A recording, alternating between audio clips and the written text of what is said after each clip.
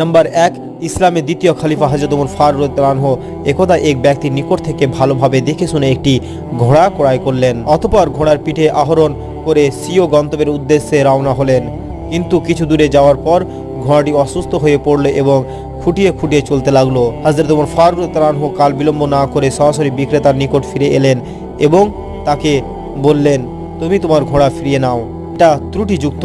বিক্রেতা বলল, হে আমিরুল মুমিনিন হযরত ওমর ফারুক রাদিয়াল্লাহু আনহু, আমি ঘোড়াটি ফেরত নেব না, কেননা আপনি তা সুস্থ সবল অবস্থায় আমার নিকট থেকে ক্রয় করেছেন। হযরত ওমর ফারুক রাদিয়াল্লাহু আনহু বললেন, ঠিক আছে, তাহলে তোমার মাঝে ও আমার মাঝে একজন বিচারক নির্ধারণ করো।